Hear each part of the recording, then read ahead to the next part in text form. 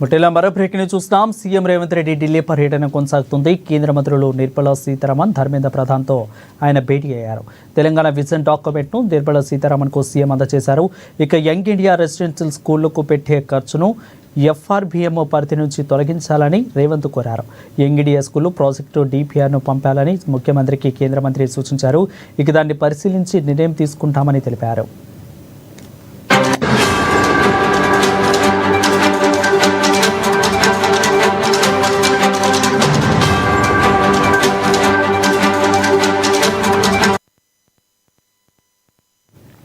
ఇక అనంతరం కేంద్ర విద్యాశాఖ మంత్రి ధర్మేంద్ర ప్రధాన్తో సీఎం సమావేశమయ్యారు.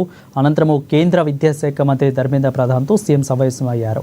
హైదరాబాద్కు ఐఐఎంఎం మంజూరు చేయాలని విజ్ఞప్తి చేశారు.